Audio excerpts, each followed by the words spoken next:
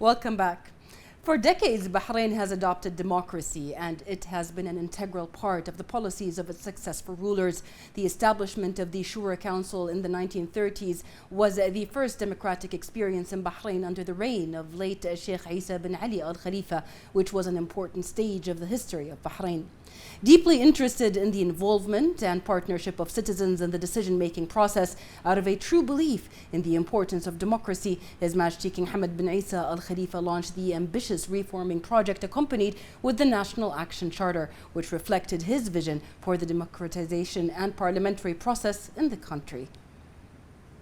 To talk more about that, we are pleased to be joined here in the studio by the member of the Shura Council, Ms. Hala Ramzi. Thank you very much for being with us today. Thank you for having me today. When we look at the democratic process at the Shura Council and all of these accomplishments in the country of Bahrain, the Kingdom of Bahrain, we also want to know how the kingdom has become this important regional destination for all international gatherings, especially now in light of the Arab Summit taking place here. Of course, Bahrain has always been and continues really to be a leader in organizing such international events and conferences because, you know, Bahrain is known for its hospitality. The people of Bahrain are very welcoming.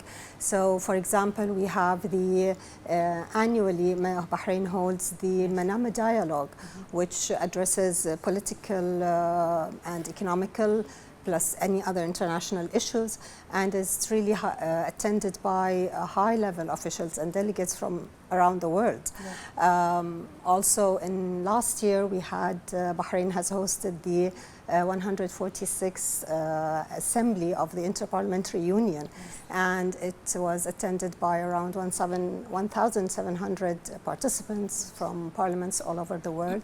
It's a very important event that really, as parliamentarians, we gather to discuss proposals, laws that our parliaments, national parliaments, can really implement to enhance the life of people. So various conferences really Bahrain has been able to organize, and this also portrays His Majesty King Hamad bin Isa Al Khalifa as vision and keenness to establish and strengthen the international relations and cooperation. And of course, we work all together to really bring these events and conferences to a fully success. When we look, as you have said, the challenges facing the region as well, also challenges facing humanity. Food security is very big on the agenda as well, and health promotion as well as human rights, and how Bahrain has always been the adopter and implementer of these rights and has really been a template for other countries. Yes, what can you tell us about these issues as well on the agenda? Again, Bahrain has always been with the vision of His Majesty the King that unless we have peace, we cannot really live in a stable and developed country. Yes. So peaceful coexistence plus the taking care of the humanitarian rights really is a major step for development of nations. And this is what His Majesty believes and pushes for really. And we really want to see that Arabs unite together in a very decisive action really to go forward and solve these issues and try to live peacefully to gain development for the nations. Right. The Arab nations, with their history, their cultural values, their human resources, their talents, of course, and distinctive strategic locations, diverse natural resources, all these are capable of further strengthening their joint action together, as well as their integration. What can you tell us about that path of that integration, of that joint action, how it actually can augment the work of the Arab nations together? You clearly highlighted really the key assets of which characterize the Arab nation, really. And with these characteristics, we can really build foundation for unity and stability and really a strong stance. Arabs are known for their hospitality, their generosity, and we really take pride of that. Arabs are open to various cultures, very open-minded. They accept other civilizations. They read, they know about it, they learn a lot. All these really build a very good foundation. Yes. That we can build on and have stability and strength in front of the international community. Also, some countries are really located in a very strategic location, being like at the crossroads of Europe, Asia, and Africa. Like, for example, Suez Canal, through which we have the international trades. These routes really open for us the basic for proper infrastructure, logistics, and networking with the other continents, you know. Yeah. So being in this strategic location with the characteristics that we have also gives us the strength and gives us the power that we can use if put together, that we can really work and achieve more of the stability that the region is looking for. Absolutely. Working together, that's one thing that I really want to highlight. The Kingdom of Bahrain is well known for the oils that gear the working mechanisms of the kingdom. One of them, and one of the most important one, are the legislative authorities. The cooperation between the legislative authorities, Bahrain Shura Council, as well as Bahrain Representatives Council, has always been really highlight of good companionship, good cooperation, and really fulfilling the citizens' needs and keeping in mind the country's best interests. The cooperation between Bahrain Shura Council and Arab and regional Shura Councils is also a pillar of the Council's work. What can you tell us about the significance of this kind of work? Of course, Bahrain Shura Council makes sure and is keen really to attend any parliamentary events in whether in the Gulf, the Arab, or the international countries. And it's really a chance for having mutual agreements and also to have exchanging of experiences. Yes. In this field, you know. Of course, we started in Bahrain, the parliament started in 2002, which is considered a short-term in comparison to other democratic countries. But again, we have come a very long way. We have worked hard, and with this cooperation really, we feel that we are learning, and at the same time we are showing the world the achievements that Bahrain has done during this short period in the democratic reform of His Majesty the King. So it's very important that we are there, and the Bahrain delegation specifically really have its own fingerprints, its own steps that people, delegations from other parliaments really are happy for our participation, because we take pride of what we have done, we take pride of the achievements that we have done so far, and they see that we are serious about what we are doing. We want to learn, and we want to share with them what we have done.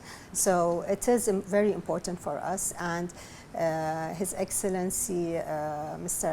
Ali bin Saleh Al Saleh, the Speaker of the Shura Council, really makes sure that Shura Council members are there in every conference. We are invited to every parliamentary event, and every time we go on a official trip or attend any conference, we have to come back with the report, Yes. detailing what we have done, what we have discussed, and if there are any recommendations to be implemented. And this is very important for the follow-up of the outcomes of these conferences. Absolutely. Also because as Shura Council members and experts in your own fields that also feed into the augmentation of Bahrain's achievements, it's really important to also highlight the fact that Bahrain has its own experience depending on its environment, its geography, its consequences, its challenges and everything that surrounds it. So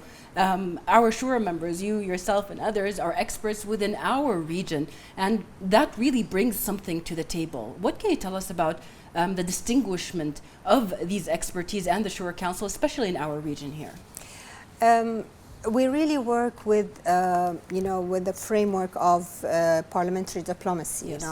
and this is important really because through this parliamentary diplomacy, we are able to establish friendship groups. Yes. We are able to have different delegations coming to visit Bahrain. No matter how much we talk really about the achievements that we have done, unless they come and see it on the ground, Yes. they don't believe it, And when they come and see what we have done, how we live, the reality that we live in, the development in political, economical, social life that we are really living in today, they feel that Bahrain has done great steps, great achievements in the democracy process, Yes. And that's why they really feel Bahrain is an example that can be taught Yes. to other countries with similar background, similar circumstances. Again, Bahrain as an Arab country, a small country, the population is not that big compared to other major countries, but what we have achieved with the strength of its human capital, with the willingness of the human capital, with the loyalty of its people and loyalty to His Majesty the King, and believing in his reform project and the benefits that people have really gained out of this. All this helps and makes our story very real, very true and believable, and that's why we really have pride and honor in what we tell them, in the stories that we tell them, and hosting them here to see in reality by their eyes what we are talking about. Yes, yes. Ms. Ramzi, me and you, we've been over the years a lot of events, and one of the things that we're both passionate about and Bahrain really is highlighted for is its coexistence, its tolerance, and it being the grounds of a unified and tolerant country that basically is a home for everyone, a safe haven. Yes. What can you tell us about how that part is important to highlight now during this upcoming summit? Of course, this is very important, and I think being in Bahrain, which is known as the oasis for peaceful coexistence, is something really special. Yes.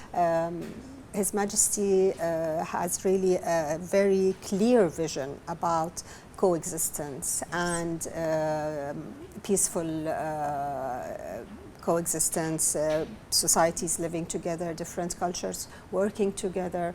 And this really has reflected on the people of Bahrain. This is not something that we are experiencing now, but this is something that Bahrain people have been living all their lives, thousands of years ago. They were always open to other cultures, other civilizations, people coming from the west through the east, stopping in Bahrain.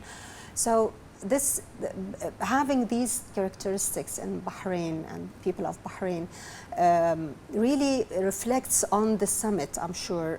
His Majesty the King pushing for humanitarian rights for the people, for pushing for the peacefulness of or spreading peace among the Arab countries, and the meetings that were in preparation for this summit, really, before he coming in Bahrain, His Majesty by himself really traveled to leaders to convince them of the importance of having a united solution, a united peaceful solution for solving the conflicts that we are facing right now. All these things really is something that Bahrain is really shining with, and people know that and enjoy their stay in Bahrain because of this peaceful coexistence and the loving of the people that they show. Yes. Over the years, Bahrain has a lot, as you have mentioned, there have been a lot of agreements, a lot of MOUs between the different governments or Arab governments, and particularly the parliamentary institutions and Shura councils. We want to know, how is the legislative branch of the government, how does it play a pivotal role and give a priority to support this joint Arab action, and how does it really facilitate achieving the aspired goals that you've set for yourself? Again, Bahrain, I feel has taken really, or was able to score a very high position generally with the other parliamentarians around the world. For example, we have the Arab Parliament chaired by His Excellency Mr. Adel Assoumi, which is a Shura member. Her Excellency Dr. Jihad Al-Fadl has, which is the second Vice President to the Shura Council, has recently won the presidency of Women Parliamentarians Network for Africa and the Arab world. And really, these are positions that we are proud of, being holding such positions in a very competitive world. So with these shows, with Bahraini people, Bahraini legislative members holding these positions, shows the confidence of the Arab world and the international world also in the Bahrain legislative members, the work that they do, the input that they give. And we've also, for example, in the Interparliamentary Union, the Shura members, as well as of course the House of Representative members, hold several membership in committees, standing committees of the International Interparliamentary Union, like the Standing Committee for Security and International Security, the Standing Committee for Human Rights, as well as the women parliamentarians. With all these positions that we are holding, we learn, and at the same time we teach and share our experiences, And for example, when we had the Interparliamentary Union in Bahrain, they were really surprised with what they saw. They did not think at all that this is Bahrain, this is the people of Bahrain, the hospitality, the generosity. Till today, every meeting we go after that meeting, they still remember, and they always say Bahrain was exceptional with what we learned, not only with the hospitality, but going around the roads, the locations of Bahrain, meeting with the Bahraini people, going to the souk area. They have learned a lot, really. And we are proud of this. We always, what we say is really what we do and what we experience. And this is what we are proud of, and we always share it with others. We are.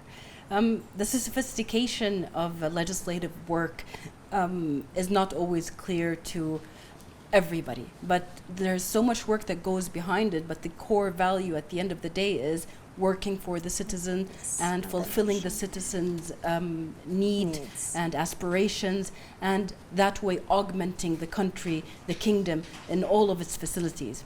The Shura Council and the Kingdom of Bahrain and the Parliamentary Council all work together in a way to basically highlight all of this work. And there are a lot of MOUs, as we have mentioned, and cooperations between the Kingdom of Bahrain and other Arab nations. The cooperation between the Shura Council and Arab and regional Shura Councils are pillars, really, of the Council's work. What can you tell us about the significance of that kind of cooperation and that kind of work? Again, as you rightly said, the work of the legislative authority is really to look into laws, amend laws where needed, issue new laws, depending on the new lifestyle, the new challenges that we face. This is really the main work of the legislative authority, and throughout the 22 sessions that we have been holding to date since the amendment of the Constitution, we have really every session had specific achievements to these in the field of amending laws and decrees that really adds to the importance and the lifestyle of the community and the nation as a whole. Of course, the MOUs, as you rightly said, we have MOUs with different Gulf countries, with different Arab countries, and again, these help with the exchange of information, exchange of laws. For example, the Arab Parliament right now is working on having a database for all Arab country laws that have been issued, so that it stands like a resource for exchanging these laws. So whenever, for example, the Shura Council in Bahrain is working on a new law, it can go back to a similar topic on a law which has been issued or worked on in another country, so that we can, get the best of these laws and come out with the best practice in our laws. It is important. Cooperation is important because you don't want to reinvent the wheel, you know. We are working in a very crazy environment, if you want to know, if you want to say that, with the changes all the time. They're dynamic, they're fast. Very dynamic, with the AI coming in now. These are really hot issues that we have to be really ahead of it, so that when we pass a law, we are not passing it for 1 or 2 years, but we are passing it at least for the next 10 years, for the next generation. So we want to make sure that the laws that are passed are really flexible, that it can face the whatever issues that we foresee coming in the future. And that's why the cooperation with other parliamentary bodies is really important to our work. A lot of the work that has been done by the Shura Council members is following up on the implementation of laws and seeing if there are outcomes and then amending and so on. What can you tell us about the mechanism of work when it comes to that kind of thing, how to follow up and how it ends up being amended or continued or so on? Of course, the main guideline, if you want, for issuing a law is really the international treaties that Bahrain have signed in, the covenants, all these. This is the guideline, and then you take from it what really suits our culture, our society.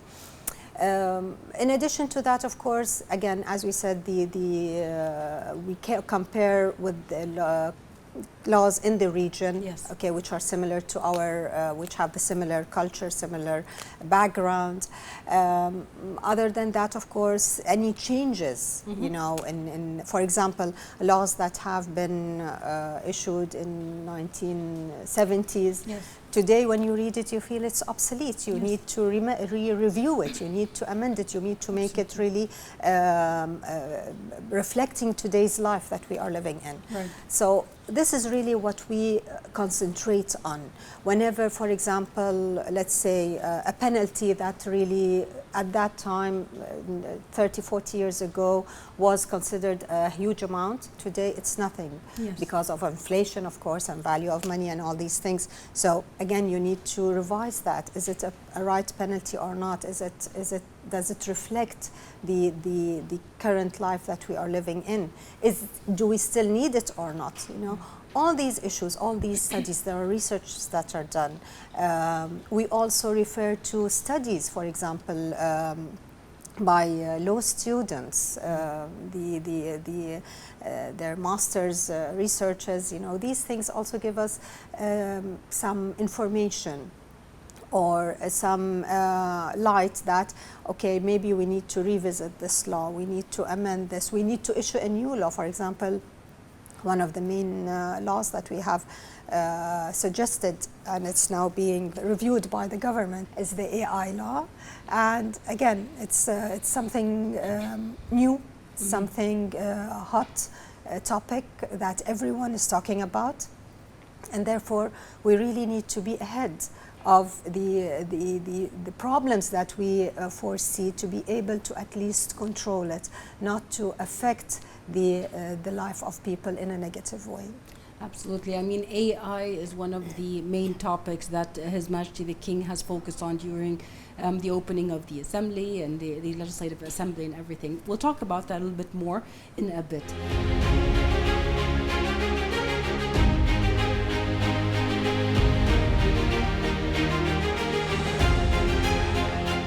Welcome back. On continuing now, we mentioned AI, and AI is really very significant, and there's a lot of difference in opinion when it comes to it. There are people that are afraid of it, there are people that are afraid to approach it and what the future of it holds, but there are also those people that are ambitious about all of the possibilities that can happen. Where do you stand? It's very difficult. Of course, I am with technology. I am with the advancement of technology, with the use of AI.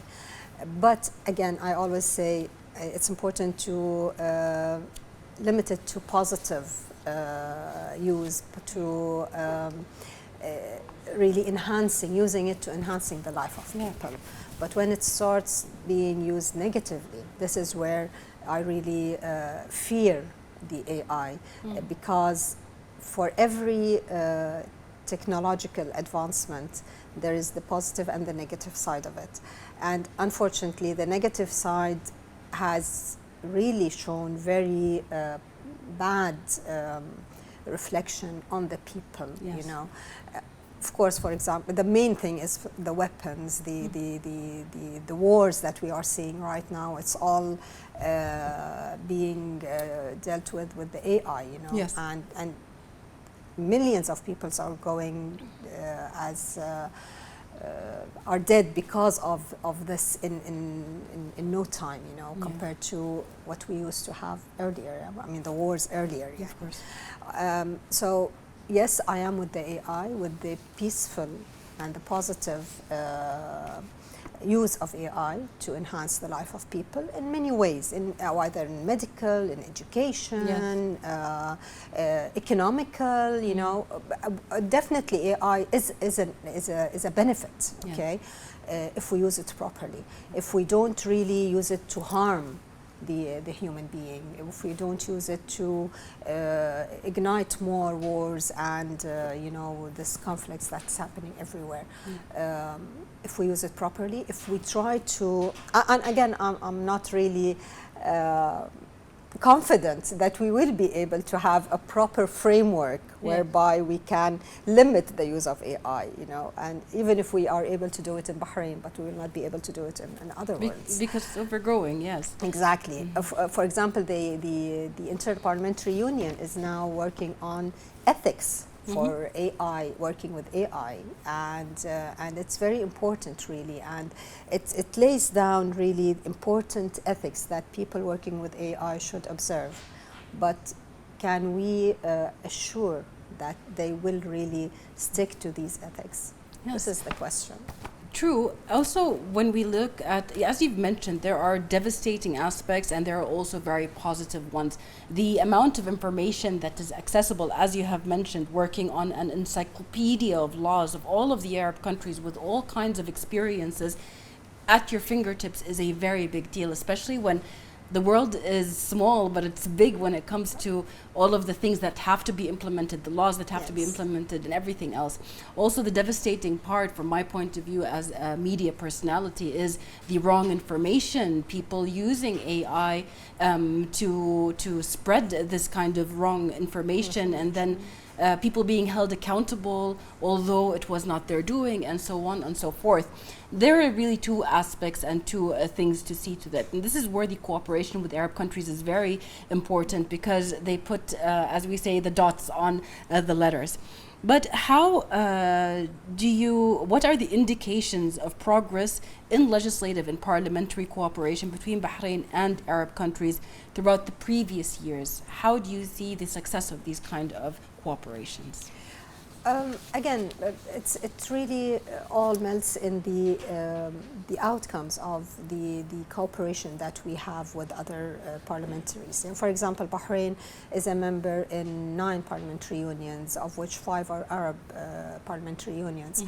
And this shows how the Shura Council really is keen on being present in every conference, because of the information that we share together gives us the strength to continue our work at best high level with best outcomes, discussing the issues of the region itself in these conferences. It shows the Bahrain position, it shows the Bahrain efforts to resolve issues. We really share the Bahrain stand, but Bahrain diplomatic position on various issues, whether regionally or internationally. We push for our beliefs in peaceful resolution of conflicts. We really portray His Majesty's vision in how we should really resolve conflicts between communities, nations, or countries in a very peaceful and using the dialogue to solve these issues. So all this really results in strengthening Bahrain's position internationally, in putting Bahrain on the map, with Bahrain showcasing the efforts that Bahrain is making, whether through its diplomatic officials or whether through its legislative members. And of course led by His Majesty the King, and the continuous follow-up of His Royal Highness the Crown Prince and Prime Minister. All together, all these efforts put together really puts Bahrain on the international map with what Bahrain is doing to continue working for the peaceful coexistence and the tolerance between people, and the peaceful solutions for overcoming the conflicts and the unusual circumstances that we are facing right now. When we talk about these kind of experiences, these experiences are not only limited to the local region, but also internationally. Bahrain has really hit a lot of milestones and has also become the forefront and the model in a lot of things. I mean, the Bahrain Declaration, the different accords that have been stated and begun by Bahrain, the different agreements between different countries and strategies. All of these really make Bahrain a highlight and a unique country that really applies all of these things for their citizens, but also on the international level. This kind of respect and this kind of magnitude of information has not only been built because of the Bahraini cadres and the intelligence of the Bahraini community, but also because His Majesty the King's vision really leads everybody, not just the Shura Council, the legislative authorities. When we look at the different people that are running internal areas within the country itself, we see a lot of Bahraini cadres, where they've started and where they have reached. How important is it to teach the new generation of Bahrainis coming up the importance of legislative work, of international political platforms, and how to represent the kingdom with all of its achievements? Of course, to have really true and proper democracy, you have to have the participation of the people. Without the participation of people, the democracy will not really develop in any country. And in the Constitution, our national charter and the Constitution, the amended Constitution, it clearly mentions that the people are the decision makers through their representatives in the legislative authority. And it really highlights the importance of the people's participation in this. I always feel that taking part in the election and voting process is very important for our youth coming up to really experience the democracy. Again, it's not necessary that you elect the right person at the first time, but with the continuous experiencing in this, or continuous participation in the process, will lead to better judgment, better selection of the right candidate to be elected. And with this, we will be building on our democracy experience. We will be building on the trust of the people in the process that we are doing, especially that elections in Bahrain is totally supervised by the judicial authority, and it's always known for its clearness, its transparency. We have organizations from outside Bahrain coming and observing the transparency in the process.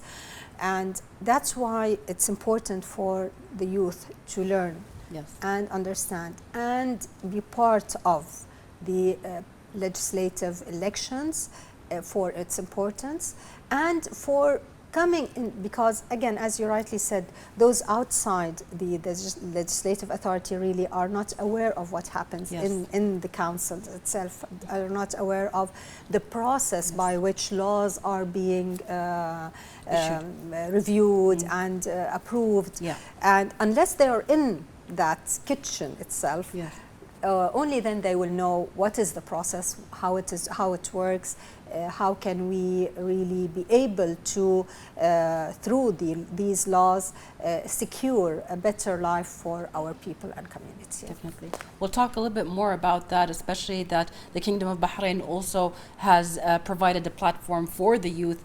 We have a lot of programs on the top of my head, and the most important one is the Crown Prince Leadership Program that really builds and makes it possible for the youth to see the future of Bahrain the way His Majesty the King has envisioned it. And there's also a program for youth parliamentarians, whereby the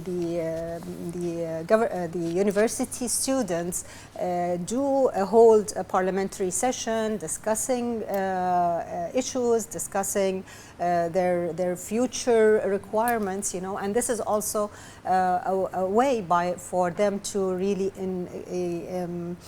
come into this process, learn about it more. And of course, we do have regular visits from schools and university students for the sessions of the Shura Council as well as the House of Representatives, where they really spend some time in the session, seeing our discussion, hearing it, seeing how learning how the process is. But these are, you know, in theory.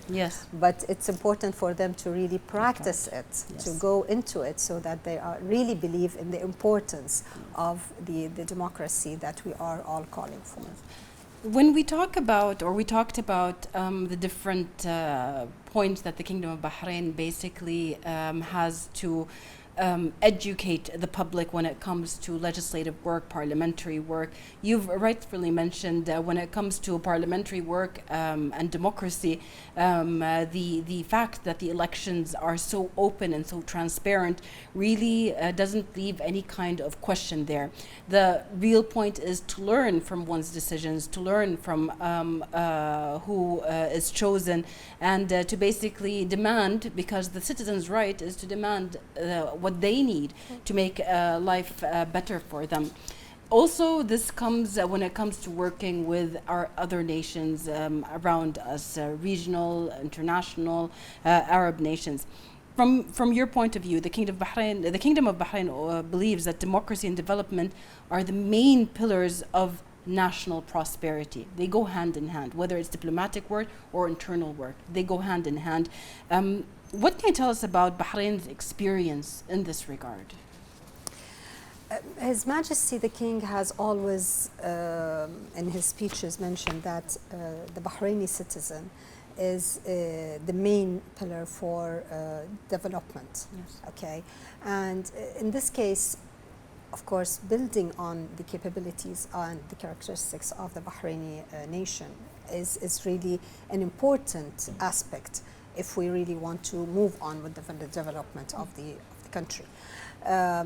So we have the human capital that Bahrain is investing in, spending significant amounts of investments to strengthen the education sector and the healthcare sector, aiming to have Bahrain as a hub for higher education and also medical services. Yes. All this really puts Bahrain on the way of development. Mm-hmm. And without having the human capital that you can depend on, you will not be able to achieve this development. On the other hand, Bahrain there's diversifying its income, mm-hmm. Revenue through diversification of the economy, with opening various other sectors, yes. Developing these sectors, and all this really again goes back to the human capital that we have. Without the people of the Bahrain, we won't be able really to develop the country. Without will not be able to gain the benefits of the development that we are all looking for. Mm-hmm. So yes, having the people and development, having also the peacefulness established in Bahrain, the security, the safety that the people feel around the country, you know. Without securing people, without having security in the country, you can't achieve development. So putting all these factors together really build on the development of the nation, and is important to really achieve the development that we are all looking for. Yes. So yes, these are the two main pillars, if you want, for the development of the nations that we are really aim to reach more and more. Yeah. Part of developing the nation is also knowing what the nation is capable of. And this brings us back to the point of Arab countries having their own experiences, their own resources, their own abilities and expertise. The Kingdom of Bahrain's experiences, as you have mentioned, when it comes to the GDP and non-oil revenues and tourism and all of these things, also has its natural resources, its abilities to perform from that side. Bahrain has set the bar when it comes to aluminum, natural gas, all of these things. Yeah. And having cadres and having also people that are experts within these fields teaching it to the outside is what makes Bahrain unique. We have people from different Arab countries working and learning from the Bahraini experiences, yes, to take it back home. How important is knowing that we, or the Kingdom of Bahrain, is an expert in so many things, and they are able to give it out to the Arab world, to the world? Again, the people of Bahrain has always been keen on learning. Bahrain was the first country in the Gulf to have education, formal education in schools. Bahraini people were the first to travel abroad for higher education. So it's really in the Bahraini characteristics and interest to learn more, to excel in what they do. And we see lots of Bahraini people around the world holding very powerful positions.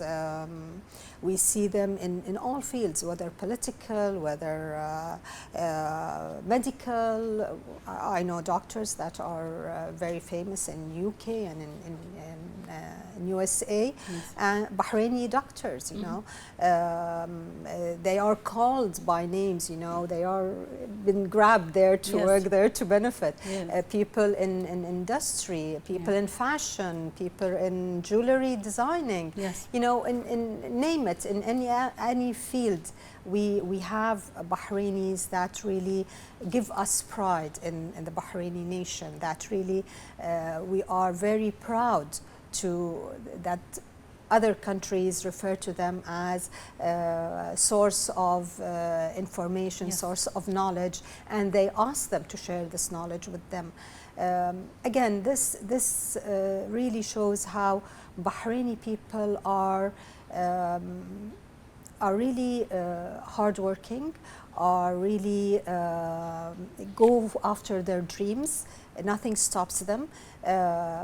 They are loyal to their country at the same time because they come back with the experiences that they gain outside, abroad, and try to implement it here, try to share it with the people of Bahrain. For example, as you rightly mentioned, the scholarship program of His Royal Highness the Crown Prince.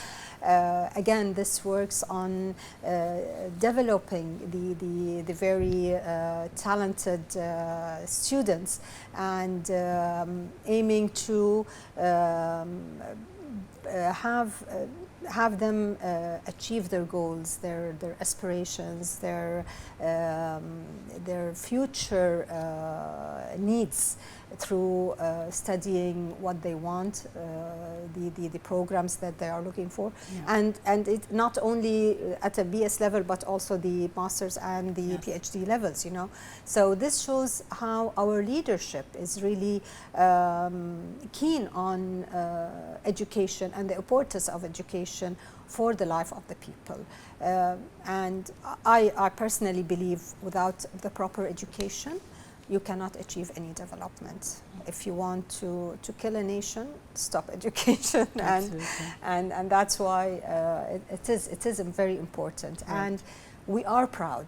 Bahrain's education system is one of the strongest systems, and even the universities that we have, government universities or private universities, are very highly ranked. People from around the Gulf countries come and study in Bahrain, and this shows the confidence of the region in the system of education in Bahrain. Also, Bahrain's investment in education goes globally. Very simple example, not very simple, but a known example is His Majesty the King's Chair in Sapienza University that basically goes on for postgraduate education in interfaith dialogue and tolerance and coexistence. And that's the teachings of a visionary that just wants humanitarian peace for everybody on earth. Bahrain is not only known for its coexistence, its tolerance, and its education and its industry, but also for being one of the best business hubs in the region. Bahrain's laws, as you have rightfully mentioned, permit and make it possible for any entrepreneur from anywhere around the world to succeed. They have the tools to succeed on the ground of the Kingdom of Bahrain. What can you tell us about the laws that make it possible for SMEs and even bigger industrial businesses like we saw in COVID? I mean, big companies have developed. What makes Bahrain fertile for this kind of success? Bahrain has always worked on diversifying its income, its revenue, and this was one of the main aspects, really, by bringing in new investments in the country, major investments, and to be able to really attract these investments, you have to have the proper infrastructure. Yes. And by proper infrastructure, I mean, of course, the laws, the personnel, the labor force, the infrastructure in communication, in space, land. All these things work together to really attract a good investment that we are looking for. Yeah. And of course, yes, the laws. This was one of the first things that we have made sure that our laws are flexible. Our laws welcome foreign investments, with, of course, having the Bahraini workforce, the main workforce to gain experience, of course, in these investments, and also to be able to make the economy really moving and more effective. Communication, of course, Bahrain, is one of the main countries that really focus on telecommunication, IT, the financial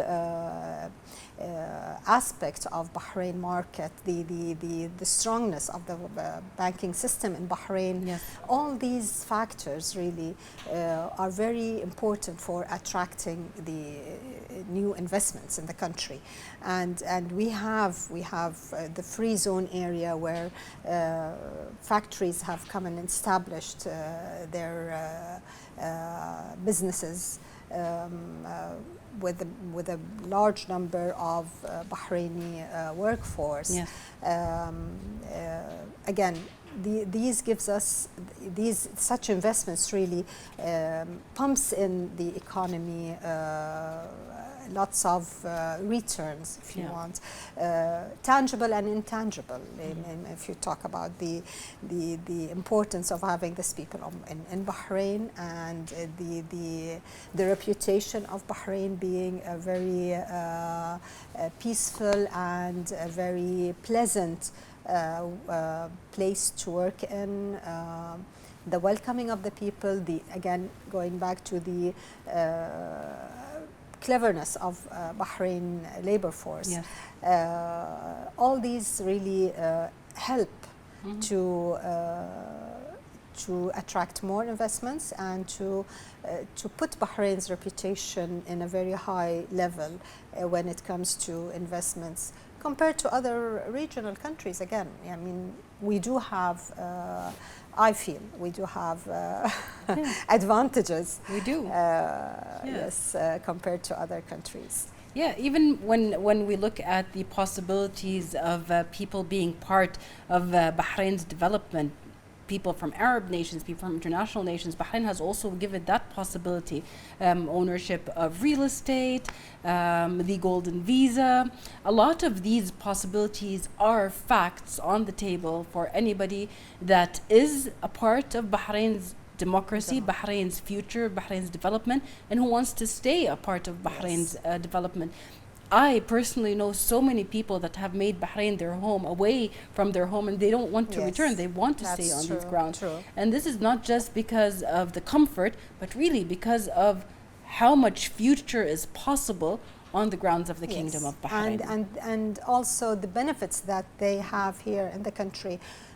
They might not be able to get it in their own countries, home countries.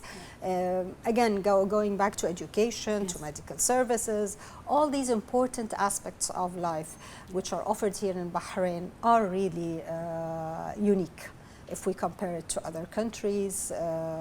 The comfortableness that they feel, the welcoming of the people when they feel that they are at home, this is very important. Yes. Also, when we look at the laws, the rights, and everything. And everything in the Kingdom of Bahrain, when we talk about the laws, it's always mentioned the citizens and the residents. Yes. They are always a part Yes. of everything. Yes. To the extent where the municipal council, even the residents of the Kingdom of Bahrain, have a right to know who these council members are, to be a part of choosing these council members. Yes, they take part in the municipality elections also. Exactly. Yes, Yes. which makes them feel they belong to this Exactly. country, really. Absolutely. It's important. And they are, and that these people are even held accountable to how complete the country basically shows off the care they give to their residents. And one of the main really main cases that really reflected very positively on the people, non-Bahrainis, is during the COVID, Yes. when His Majesty directed that vaccines should be given to everyone, Bahrainis and non-Bahrainis. This made a huge impact on non-Bahrainis living in the country when they felt that they are treated equally with the citizens of Bahrain. Yes. And it is something that really reflects the humanitarian aspect of His Majesty the King, when he really aims to have equal treatment for all people. Yes. On the country. And this is again where I would love to highlight the role of the legislative authority, because there are certain things that are law, but how did these laws come out of the expertise of the members of the Shura Council, the members of the different committees? There is the security committee, there's the medical committee, there's so many committees that work on these different laws. Yes. People don't see these gears in action, but for those of us who have been part of it and seeing it, we see how much really work goes into it, how much research goes into it, how much application is on ground, and then it's changed last minute. And there are so many things that really go or are part of executing such laws. The Kingdom of Bahrain believes that democracy and development, as we said, are twin pillars of national prosperity. But what's the importance of sharing the success of Bahrain's democratic process with other countries, whether in the region, the Arab region, or internationally? It is important because, again, as we said, Bahrain's democracy period is very short. Mm-hmm. It's like 22 years now. We had 6 sessions, 6 terms, legislative terms. Each term is 4 sessions. Today we have achieved 22 sessions. Yes. We've gone a long way, really. We've achieved a lot in this, and that's why it's important to share these achievements with what we have done in these 22 years. The laws that we have amended, the laws that we have issued, the participation in various conferences and events, the achievement that we have been able to do in this short term is really compared with old democracy countries and what they have achieved in their 100 years that they have been working on democracy.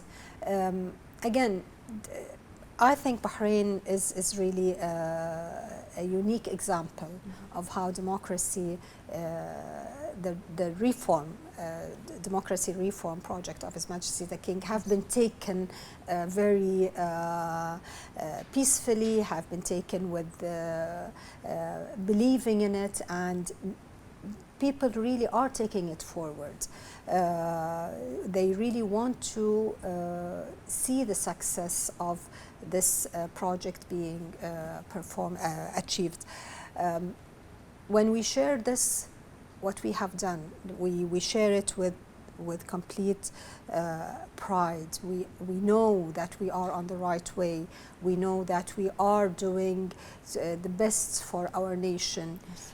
It could be not very big steps, but we are working in a very steady, continuous way forward to really try to achieve the best for our nation. As you said, when we have a law that we are studying, a draft law, it takes a lot of time to to make sure that what we are approving is the right position that will benefit the society as a whole. We make sure that there is no discrimination in any of the articles of the law. We make sure that it is just, we make sure that it doesn't be obsolete within the next, for example, 5 years. Yes. We make sure that it is a modern lifestyle, taking care of the modern lifestyle of our community. We make sure that it really serves the community well, very well also. And of course, to do all this, we do a lot of research. We compare, as I said, with other country laws. We try to, not only in the Arab world, but also in the international community. We make sure that it doesn't violate any of the agreements, the covenants what Bahrain has signed on. We make sure that it observes human rights. All this is really a tremendous work put together to make sure in different committees. As you rightly said, we have the financial committee, we have the services committee, we have the security committee, we have 8 other committees, women and children committee. All these committees work and study the laws that are in their field, and then it is discussed in the session, in the meeting, the general meeting, where 40 members are there, and you hear the views of other members other than the committee members. Some of them you take into consideration, you re-study the law again. So until the law comes out and approved by the Shura Council and the House of Representatives, it's really a long process, but it's for the benefit of the society. Absolutely. Because it's not really professional to issue a law today and then next year you change it, and then next year you amend it. It doesn't look nice. So that's why we make sure that we take into consideration all views. We take into consideration the government views also. We work together with the government in cooperation, but each one has its authority, separate authority.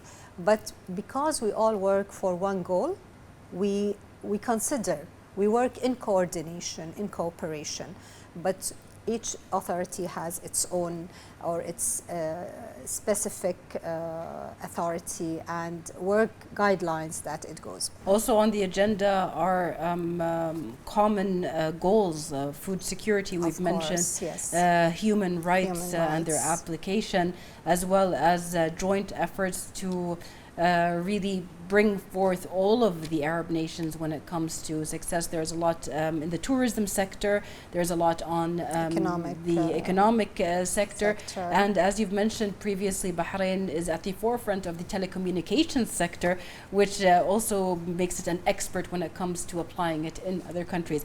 How about these fields? How are they going to be addressed on the agenda, and what are your expected outcomes, the positive outcomes of them?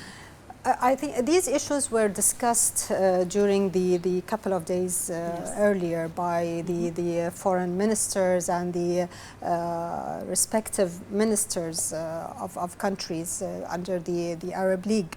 And of course, they are of very high importance. And I think there has been decisions to collaborate together, to share the technology, the experience, to enhance the economic cooperation between countries.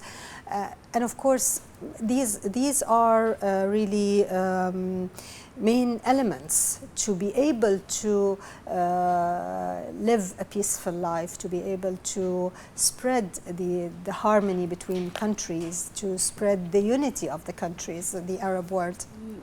We've almost come to the end of our part. I just would like to say that every year, the Kingdom of Bahrain proudly celebrates the democratic achievements, the human rights, the freedoms, the steady integration and development that has emanated from the National Action Charter. The National Action Charter is a topic that you yourself are very known to talk about and are very proud of in a lot of your interviews previously and meetings with the different authorities.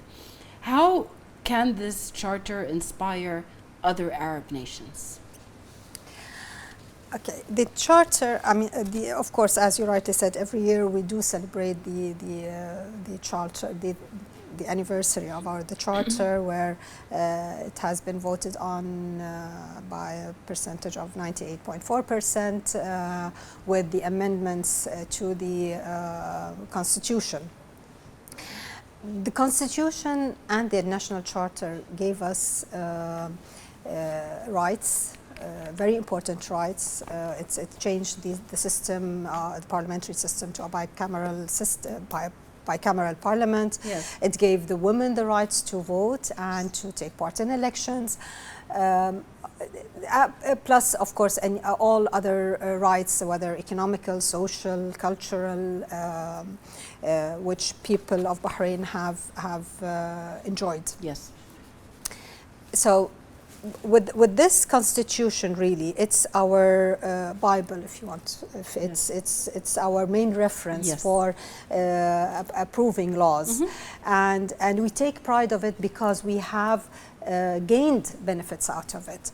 The achievements that women, for example, Bahraini women have scored during these 22 years. Yes. And of course, with the support of the Supreme Council of Women, led by her Royal Highness Princess Sabika bint Ibrahim Al Khalifa. Yes. The Supreme Council today is considered one of the house of expertise, if you want, in empowering women, developing and leadership of women. All these put together make our constitution, our main reference for the legislative reform, a very powerful document. Yes. A document that shows the loyalty of the people of Bahrain. It's like a covenant between the king and his people. Yes. It's so with this in mind, when we say that our constitution is our main reference, is our main guide on the democratic road, we are proud of it, and we share it with others so that they can really learn from the experience of Bahrain. What we have gained during these 22 years is really very, very impressive compared to other countries, to other democracy systems. And I think we do deserve this, because we have worked hard to implement His Majesty's vision for his people, with having a fully democratic country. Absolutely. Where people are the main pillars for development, for coexistence. Yes. For the peaceful life that he is looking for in Bahrain, as well as in the whole world. Definitely. Thank you so much, Your Excellency, Shura Council Member Hala Ramzi. Thank you for being with us today. It's a fact that there is a mood of optimism and much hope that the outcomes and recommendations of this Arab Summit would positively assist in addressing several challenges in the Middle East. Our coverage will continue later on. Thank you for being with us today. Thank you.